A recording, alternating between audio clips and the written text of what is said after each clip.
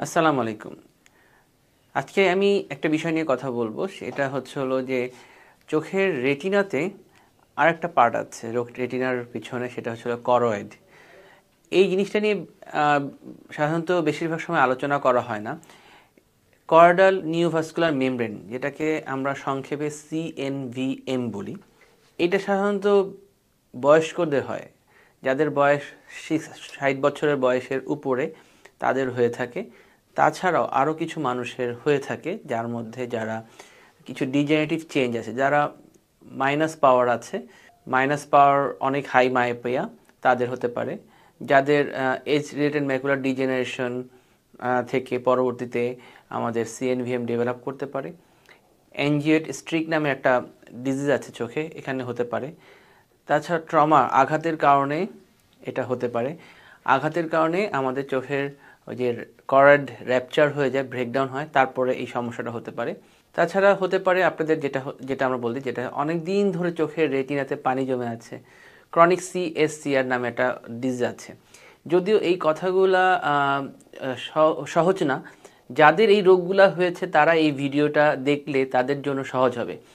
বাকি যারা এই রোগ সম্পর্কে জানে না, কিংবা এই রোগের নাম কখনো শুনে নাই, কিংবা যাদের হয় নাই, তারা এই ভিডিওটি তাদের কাছে অনেক বোরিং লাগতে পারে। সেটা কোনো সমস্যা না, যাদের এটা উপকারে লাগবে তাদের জন্য এই ভিডিওটা করা। যে এটার নাম সিএনভিএম, কর্ডাল নিউভাস্কুলার মেমব্রেন। এটা কোথায় হয়ে থাকে? আমাদের চোখের রেটিনা নামক একটা জায়গা আছে, যেখানে চোখের আলো পড়ে ছবি তৈরি হয়, তার পিছনে করয়েড, তারপরে বাইরের যে পার্টটা সেটা স্ক্লেরা। কর্ডের সেখানে কিছু অ্যাবনর্মাল নিউ ভেসেলস তৈরি হয়, যেটাকে বলা হয় অ্যাবনর্মাল নিউ ভেসেলস, যেটা নিউ ভেসেলস, যেটা ওইখানে একটা দুর্বল অপরিপক্ক রক্ত তৈরি হয়, যেখান থেকে রক্তক্ষরণ হয়।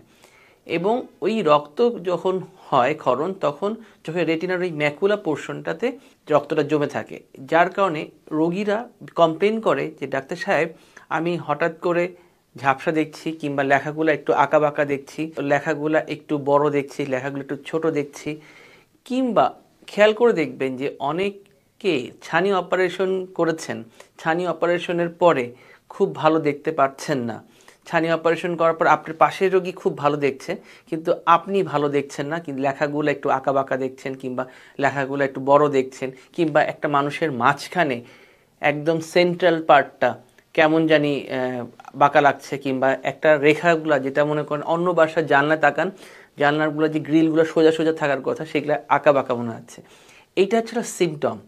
এই কন্ডিশনটাকে আমরা সিএনভিএম, কর্ডাল নিউভাস্কুলার মেমব্রেন বলছি। আমি আবার বলছি যে এই রোগগুলো অনেক জটিল। আমরা যারা রেটিনা নিয়ে কাজ করি, এই রিলেটেড ভিডিওগুলো আমাদের সাধারণত আমাদের ফেসবুক কিংবা ইউটিউবে পাওয়া যায় না, এবং পাওয়া না যাওয়ার কারণে এই রোগ সম্পর্কে অনেকেই জানে না, এবং এটা নিয়ে বিভিন্ন জায়গায় ঘুরতে থাকে, এবং এই রোগ সম্পর্কে না জানার কারণে এই রোগের যেই কন্ডিশনগুলা আরও খারাপ হতে থাকে।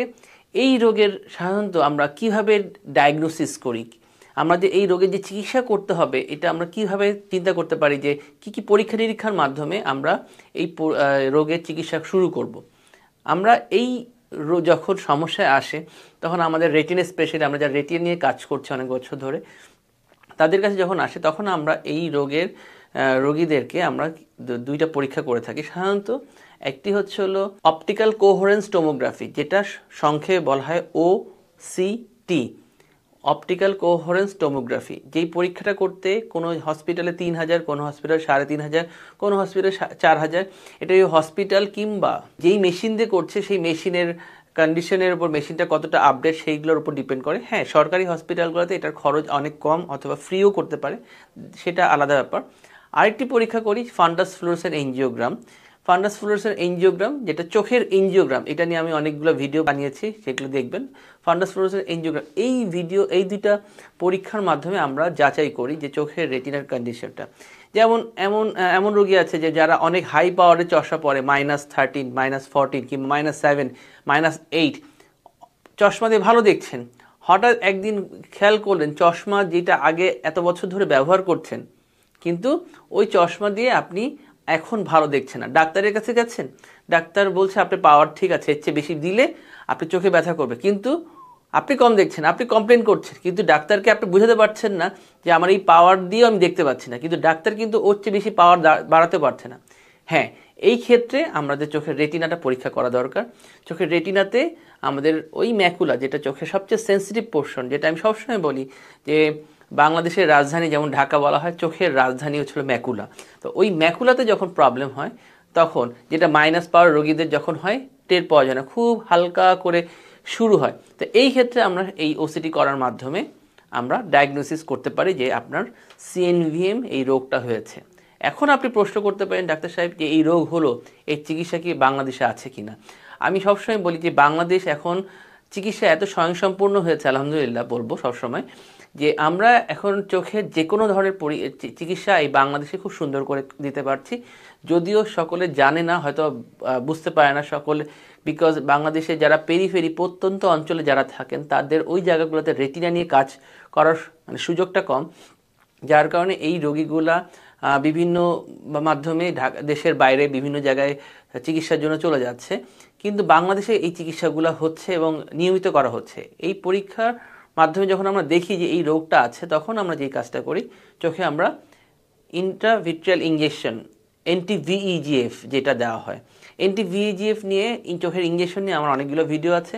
তারপর আমি ছোট্ট করে বলবো যে আমরা চোখে ইঞ্জেকশন NTVEGF এর মাধ্যমে এই রোগ মানে আমরা সমাধান করতে পারি। কিন্তু যত তাড়াতাড়ি ইঞ্জেকশন দেওয়া শুরু করবেন, রোগটা ধরার সাথে সাথে যদি ট্রিটমেন্টটা শুরু করা হয়, এটার প্রগনোসিস যেটা ভালো, মানে দৃষ্টি ফেরত আসার সম্ভাবনা অনেক ভালো থাকে। কিন্তু বেশিরভাগ রোগীরা বিভিন্ন জায়গায় মতামত নিতে নিতে, বিভিন্ন ডাক্তারের মতামত নিতে নিতে এত দেরি করে ফেলেন যে চিকিৎসা নেওয়ার পরে যেই পরিমাণ আমরা আশা করতে পারতাম যে চিকিৎসা করে উন্নতি হবে, সেই পরিমাণ আসছে না। সুতরাং আমাদের এই সিএনভিএম নিয়ে অনেকের কোশ্চেন ছিল, যাদের সিএনভিএম হয়েছে তাদের জন্য এই ভিডিওটি অনেক কাজে লাগবে। অবশ্যই আমি বলবো, অনুরোধ করব, যারা আমার পেজ কিংবা আমার ইউটিউব চ্যানেল, আমার চোখের এই তথ্যগুলা অনেক বছর ধরে দেখছেন, তাদেরকে আমি বলবো এই ভিডিওগুলো শেয়ার করলে যাদের এই রোগ হয়েছে তারা এই সম্পর্কে জানতে পারবে। আশা করি সিএনভিএম কিংবা করাডাল নিওভাস্কুলার মেমব্রেন এই সম্পর্কে আপনাদের যাদের অজানা ছিল আজকে জানতে পারলেন। ধন্যবাদ সবাইকে।